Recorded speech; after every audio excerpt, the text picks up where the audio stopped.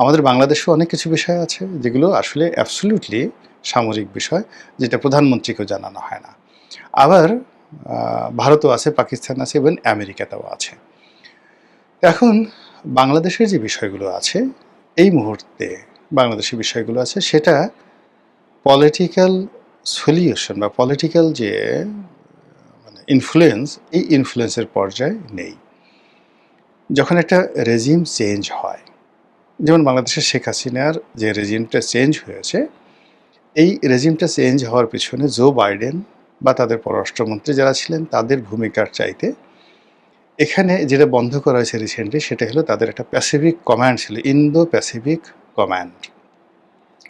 তো সেই Indo Pacific কমান্ডের নেতৃত্বে যারা মিলিটারি বিশেষজ্ঞ ছিলেন তারা এটা হ্যান্ডেল করবে। যদি ডিপ স্টেট, পাকিস্তানও ঠিক সেম ঘটনা ঘটেছে, অর্থাৎ ইন্দো প্যাসিফিক কমান্ড থেকে সেটা আসছে। ইন্দো প্যাসিফিক কমান্ডের সঙ্গে সরাসরি পেন্টাগনের যোগাযোগ, আর পেন্টাগনেরই একটা অংশ হলো সিআইএ।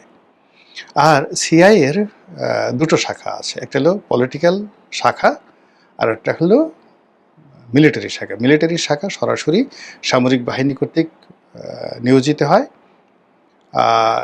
আর পলিটিক্যাল যে বিষয়টি সেটি প্রেসিডেন্ট ডোনাল্ড ট্রাম্প তার ইচ্ছা মতো সিআইএর প্রধান বা নিরাপত্তা বিশ্লেষক যেমন তুলসী গ্যাবার্ডকে নিয়োগ দেওয়া হয়েছিল, ঠিক ওই রকমভাবে নিয়োগ দেওয়া হয়।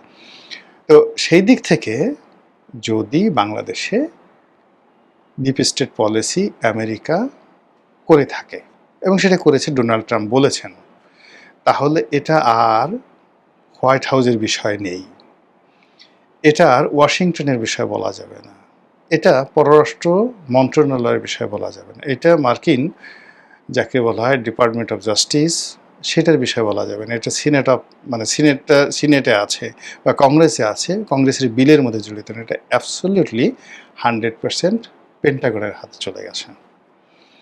তো যখন পেন্টাগন তার শক্তিমত্তা, মিলিটারি ইন্টেলিজেন্স এগুলো ব্যবহার করে অনেকটা সেমি যুদ্ধ, গেরিলা যুদ্ধ কিংবা একটা দেশকে উত্তপ্ত করার ক্ষেত্রে, সেখানে আক্রমণ পরিচালনা করার ক্ষেত্রে যা কিছু করে, তখন সেই সকল দেশ মোটামুটি একটা যুদ্ধ ঝুঁকির মধ্যে থাকে, অভ্যন্তরীণ কিংবা বহির্শত্রু এরকম একটা যুদ্ধের মধ্যে থাকে। যেমন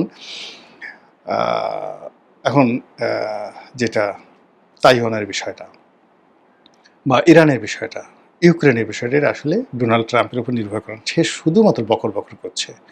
পুরো বিষয়টি আসলে নির্ধারিত হচ্ছে পেন্টাগন থেকে। কাজে আমাদের দেশে ফার্স্ট থিং হলো আপনাকে বিশ্বাস করতে হবে যে কোনো আপনার ডিপ স্টেট নেই, কোনো ডিপ স্টেট ছিল না, নাথিং। তাহলে আমেরিকার সাথে যে বাংলাদেশের সম্পর্ক ঢাকা ভার্সেস ওয়াশিংটন হবে। আর যদি এখানে ডিপ স্টেট থাকে তাহলে আপনি বলবেন Dhaka versus Pentagon, Dhaka versus, এর বাইরে কোনো দাড়ি কমা সেমিকোলন কিচ্ছু নেই। আর আমাদের যারা রাজনীতিবিদ তারা যতই মার্কিন পররাষ্ট্র দপ্তরে দৌড়াক, ডোনাল্ড ট্রাম্পের অফিসে দৌড়াক, লবিস্টের পিছনে দৌড়াক, কিন্তু এটা সামরিক চ্যানেলে যতক্ষণ না পর্যন্ত এটা নেগোসিয়েশন না হবে ততক্ষণ পর্যন্ত এই যে একটা গ্যারাকল জাতাকল, এর মধ্যে থেকে আমেরিকার জায়গা থেকে আমরা বেরোতে পারবো না। এই গেল আমেরিকা অর্থাৎ পেন্টাগন।